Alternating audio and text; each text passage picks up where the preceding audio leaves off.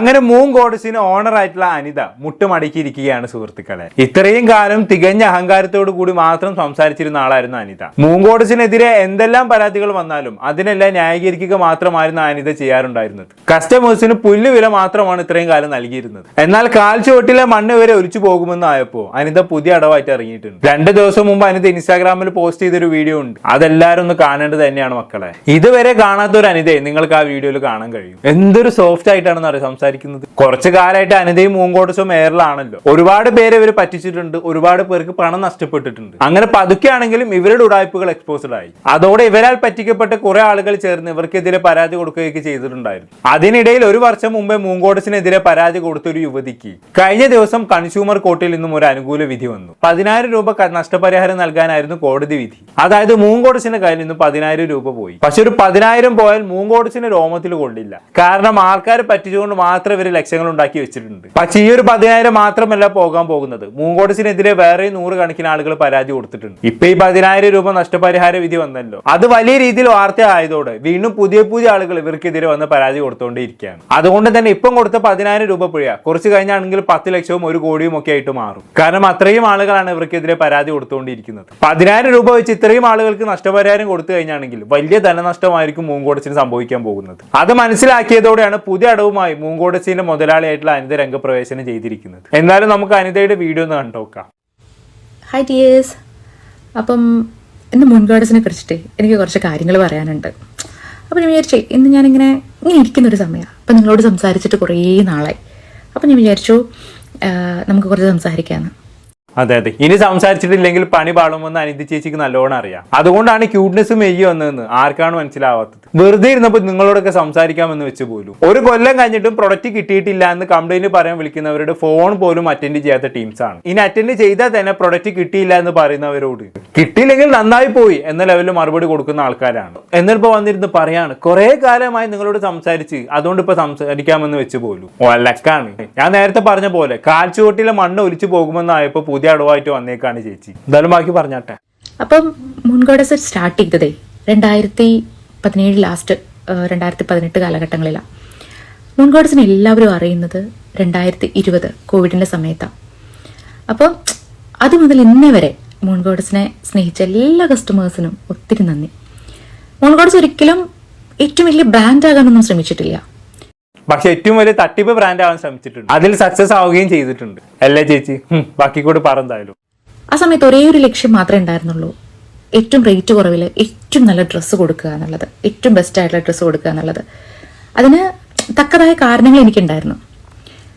ചേച്ചി ഒരു നന്മമരം തന്നെ. നന്മ എങ്ങനെ കരകവിഞ്ഞ് ഒഴുകുകയാണ്. സാധാരണക്കാരുടെ പടത്തലിവയാണ് ചേച്ചി. സാധാരണക്കാർക്ക് വേണ്ടി വിലക്കുറവിൽ ഡ്രസ്സ് കൊടുക്കുകയായിരുന്നു ചേച്ചിയുടെ ലക്ഷ്യം. ആ ലക്ഷ്യം ചേച്ചി പൂർത്തീകരിക്കുകയും ചെയ്തിട്ടോ. വിലയൊക്കെ നല്ലോണം കുറച്ചു കൊടുത്തു. പക്ഷെ ചെറിയൊരു പ്രശ്നം പറ്റി, ആർക്കും ഡ്രസ്സ് കിട്ടിയില്ല. പക്ഷെ അതൊന്നും വലിയ പ്രശ്നമാക്കണ്ടെന്ന്. സാധാരണക്കാരല്ലേ, അവരെത്ര കാലം വേണമെങ്കിലും കാത്തിരുന്നോളൂ. കല്യാണത്തിന് ഓർഡർ ചെയ്ത ഡ്രസ്സ് ആണെങ്കിൽ അവർ അത് 1ാമത്തെയോ 2ാമത്തെയോ വിവാഹ വാർഷികത്തിന് ധരിച്ചോട്ടെ. അതല്ലേ ഹീറോയിസം. എന്നാലുംല്ലേ ചേച്ചി വില കുറച്ച് കൊടുത്തല്ലോ. അതുകൊണ്ട് കുറ്റം പറയാതെ ചേച്ചി അംഗീകരിക്കാൻ പഠിക്കടാ തെണ്ടികളെ.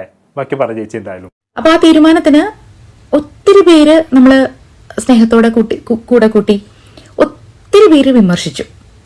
ആ വിമർശിച്ചതിൽ കുറെയൊക്കെ യാഥാർത്ഥ്യങ്ങൾ ഉണ്ടായിരുന്നു, കുറെയൊക്കെ വൈറലാവാൻ വേണ്ടിയിട്ട് ചെയ്തതുണ്ടായിരുന്നു. എൻ്റെ ഒരു സ്വഭാവം വെച്ചിട്ട് കുറെ കാര്യങ്ങളൊക്കെ ഞാൻ കണ്ടില്ല എന്നാ വിടാം. അത് മൈൻഡാക്കാൻ പോവാറില്ല.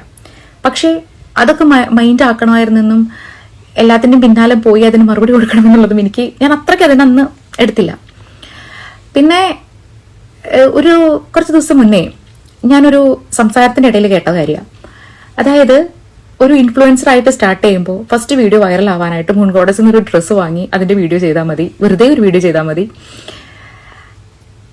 അത് ശരിയാണോ തെറ്റാണെന്ന് എനിക്കറിയില്ല. പക്ഷെ അത് ശരിയാവാൻ വഴിയില്ല ചേച്ചി. ഇൻഫ്ലുവൻസർ ആയി സ്റ്റാർട്ട് ചെയ്യുമ്പോൾ ഫസ്റ്റ് വീഡിയോ വൈറൽ ആവാൻ മൂൺ ഗോഡസിൽ നിന്നും ഒരു ഡ്രസ്സ് വാങ്ങി അതിന്റെ വീഡിയോ ചെയ്താൽ മതി എന്നല്ലേ ചേച്ചി പറഞ്ഞത്? അത് നടക്കൂല ചേച്ചി. മൂൺ ഗോഡസിൽ നിന്നും ഡ്രസ്സ് കിട്ടിയിട്ട് ഇൻഫ്ലുവൻസർ ആവാമെന്ന് കരുതി നിന്നാൽ ഈ ജന്മത്തിൽ ഇൻഫ്ലുവൻസർ ആവാൻ പറ്റുമെന്ന് എനിക്ക് തോന്നുന്നില്ല. 1-2 വർഷം കഴിഞ്ഞിട്ട് ഇൻഫ്ലുവൻസർ ആവാനാണെങ്കിൽ പിന്നെയും ഓക്കെ. കാരണം ഈ ഡ്രസ്സ് ഒന്ന് കൈ കിട്ടണ്ടേ, എന്നാലല്ലേ ചേച്ചി പറഞ്ഞ പോലെ വൈറൽ ആവാൻ പറ്റുകയുള്ളൂ. പിന്നെ ഡ്രസ്സ് കൈ കിട്ടി കഴിഞ്ഞാണെങ്കിൽ ചിലപ്പോൾ വൈറൽ ആവാൻ കഴിഞ്ഞെന്ന് വരാം. കാരണം അത്രയും ആൾക്കാർ നിങ്ങൾ പറ്റിച്ചിട്ടുണ്ട്. സോ നിങ്ങളെ കുറിച്ച് ആരെങ്കിലും വീഡിയോ ചെയ്ത് കഴിഞ്ഞാൽ കാണുകയാണെങ്കിൽ നിങ്ങളാൽ പറ്റിക്കപ്പെട്ട എല്ലാവരും ആ വീഡിയോ കാണും, സപ്പോർട്ട് ചെയ്യും, കമന്റ് ബോക്സിൽ എല്ലാവരും അവരുടെ അനുഭവം പങ്കുവെക്കും.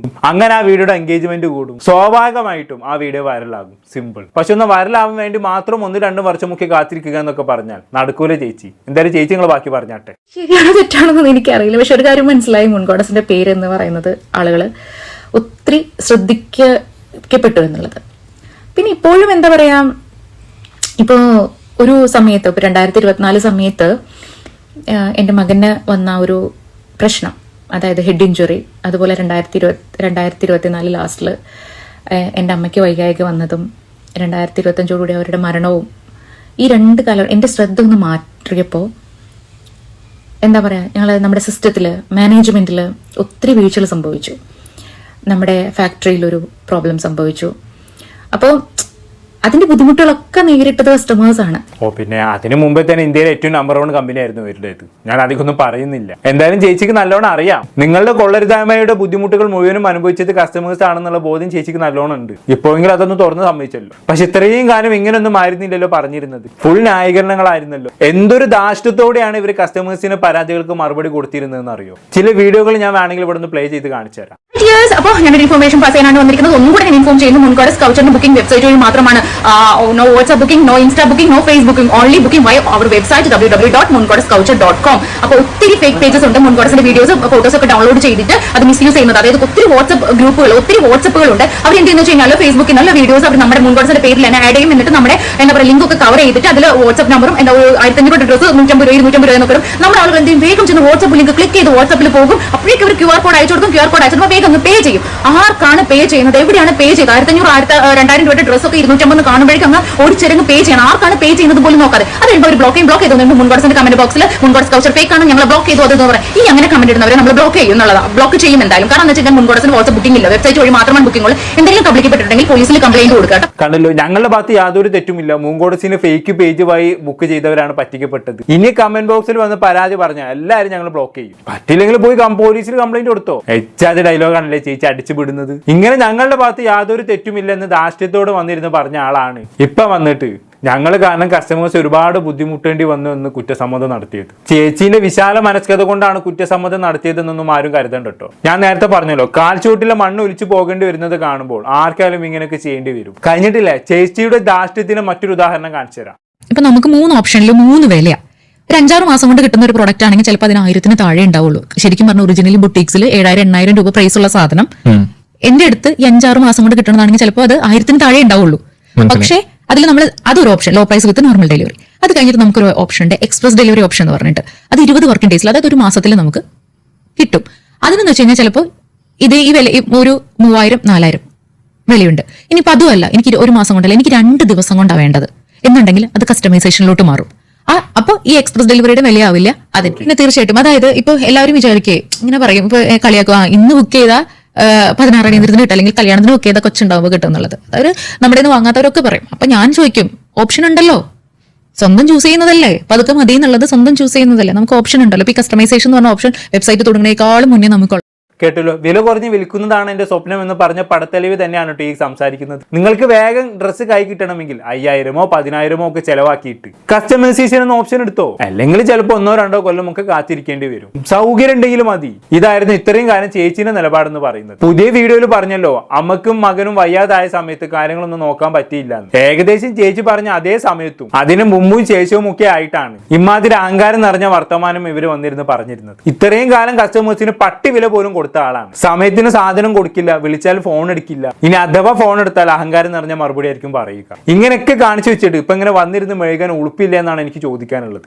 ബാക്കി പറഞ്ഞാലും അപ്പോൾ അതിന്റെ ബുദ്ധിമുട്ടുകളൊക്കെ നേരിട്ടത് കസ്റ്റമേഴ്സ് ആണ്.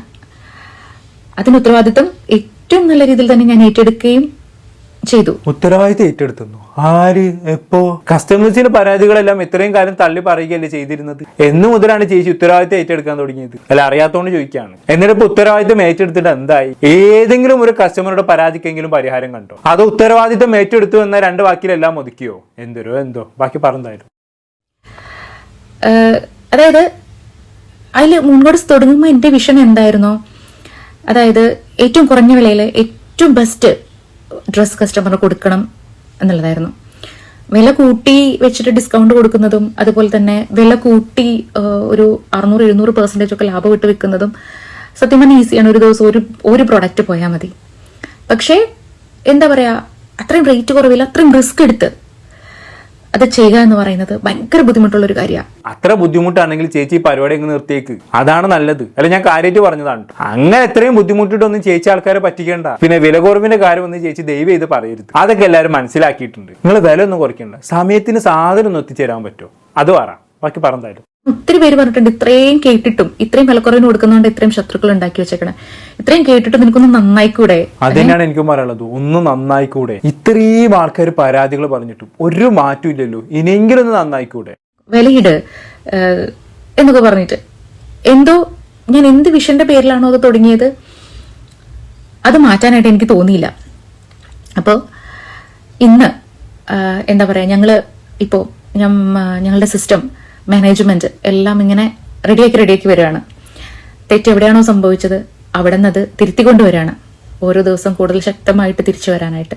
ഇപ്പൊ നിങ്ങൾ പലരും വിചാരിക്കുന്നുണ്ടാവും എന്തുകൊണ്ടാണ് ഇപ്പൊ മുൻകോടതിയിൽ ഭയങ്കര സംഭവമായിട്ടുള്ള പ്രൊഡക്റ്റ് ഒന്നും ഇല്ലാത്തതെന്ന്. എന്തുകൊണ്ടാണെന്ന് വെച്ച് കഴിഞ്ഞാൽ പെയിന്റിങ്സ് ആണ് സൈഡിലൂടെ മുഴുവൻ തയ്ച്ചുകൊണ്ടിരിക്കുന്നത്. അപ്പം അതുകൊണ്ടാണ് അങ്ങനെ. അപ്പൊ ഇത്രയും വേഗം തീർക്കണമെന്ന് ആഗ്രഹമുണ്ട്. അപ്പം ഞങ്ങളെ വിശ്വസിച്ച ഓരോ കസ്റ്റമറിനും നന്ദി, വിമർശിച്ചവർക്കും നന്ദി. കാരണം വിമർശനങ്ങൾ ഇല്ലെങ്കിൽ ഒരിക്കലും എന്താ പറയാ, നമുക്ക് ഒന്നും മെച്ചപ്പെടുത്താനായിട്ട് പറ്റില്ല. പക്ഷേ വൈറലാവാൻ വേണ്ടി ചെയ്ത വിമർശനങ്ങൾ അതൊരിക്കലും അംഗീകരിക്കാൻ പറ്റില്ല.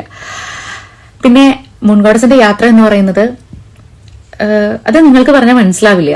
കാരണം എന്ന് വെച്ച് കഴിഞ്ഞാൽ ഒരു റേറ്റ് കുറവിന് ഒരു സാധനം കൊടുക്കുക എന്ന് പറയുന്നത് അത്രയ്ക്ക് ഈസി ആയിട്ടുള്ള ഒരു കാര്യമല്ല. ഇപ്പൊ ഡെയിലി നമ്മുടെ അവിടുത്തെ ഒരു 1000-2000 പ്രൊഡക്ട്സ് പോകുന്നുണ്ട്. അപ്പൊ ഞാൻ വിചാരിക്കും ഇവർക്ക് എന്താ പ്രൊഡക്ട്സ് കിട്ടിയതെന്ന് പറഞ്ഞ് മെസ്സേജ് ഇടാത്തതെന്നൊക്കെ. ഇത് മുൻകോടതിന്റെ എല്ലാ തെറ്റുകളും തിരുത്തി ഏറ്റവും സൂപ്പറായിട്ട് തന്നെ വിലയൊന്നും കൂട്ടാണ്ട്. ഇപ്പൊ കുറെ പേര് വിചാരിക്കുന്നുണ്ടാവും, അയ്യോ മുൻകോടതി എന്താ ഇപ്പൊ വേറെ പ്രൊഡക്ട്സ് ഒന്നും അങ്ങനെ ഇടാത്തത് എന്ന്. ഇടാത്ത വരുന്ന കൊണ്ടല്ല, പെയിന്റിങ്സ് അങ്ങനെ വേഗം ഒന്ന് തീർന്നു പൊക്കോട്ടെ എന്ന് വിചാരിച്ചിട്ട് അത് ആക്കുന്നത്. കാരണം മുൻകോടതി ഗുജറാത്തിൽ വേറെ ഓഫീസും ഫാക്ടറിയും തുടങ്ങിയായിരുന്നു. അപ്പൊ ഞാൻ അതിന്റെ കുറച്ച് ഇതിലാണ്. കാരണം എന്ന് വെച്ച് കഴിഞ്ഞാൽ നിങ്ങൾക്ക് കുറച്ചും കൂടെ വില കുറച്ച് തരാൻ പറ്റിയ അത്രയും നല്ലതെന്ന് ഞാൻ വിചാരിക്കണേ. അതും എല്ലാവരുടെ കയ്യിൽ എത്തുന്നേക്കാളും മുന്നേ ഏറ്റവും ഫാസ്റ്റ് ആയിട്ട് കിട്ടണം എന്നാണ് ഞാൻ ആഗ്രഹിക്കുന്നത്. അപ്പോൾ നിങ്ങളുടെ എല്ലാവരുടെയും പ്രാർത്ഥനയിൽ ഓർക്കുക. അതായത് നിങ്ങൾക്കറിയാം ഏറ്റവും കൂടുതൽ കംപ്ലയിൻസ് വരുന്നത് 2024-2025 സമയമാണ്. അപ്പം എൻ്റെ മോൻ്റെ ഹെഡ് ഇഞ്ചുറി വന്ന സമയത്തും എൻ്റെ അമ്മയ്ക്ക് വയ്യാണ്ടായ 2 സമയത്തും എനിക്ക് കുറച്ചൊന്ന് മാറി നിൽക്കേണ്ടി വന്നു. ആ മാറി നിൽക്കേണ്ടി വന്ന സമയങ്ങളിൽ നമ്മുടെ മാനേജ്മെന്റിന്റെ ഭാഗത്തു നിന്നുണ്ടായ കുറേ മിസ്റ്റേക്കുകൾ. അപ്പം അതിന് പറഞ്ഞിട്ട് കാര്യമില്ല. അത് ഉത്തരവാദിത്തം ഏറ്റെടുത്ത് അതിനെ വേഗം ശരിയാക്കുക എന്നുള്ളത് മാത്രമാണ് എനിക്ക് ചെയ്യാൻ പറ്റുന്നത്. ആ ഉത്തരവാദിത്തം പൂർണ്ണമായി ഞാൻ ഏറ്റെടുക്കുന്നു. ഏറ്റവും ബെസ്റ്റായിട്ട് തന്നെ നിങ്ങളുടെ കൂടെ മുൻകോടതി എപ്പോഴും ഉണ്ടാവും. നിങ്ങളുടെ പ്രാർത്ഥനയിൽ മുൻകോടതിനെ ഓർക്കുക കേട്ടോ. Thank you.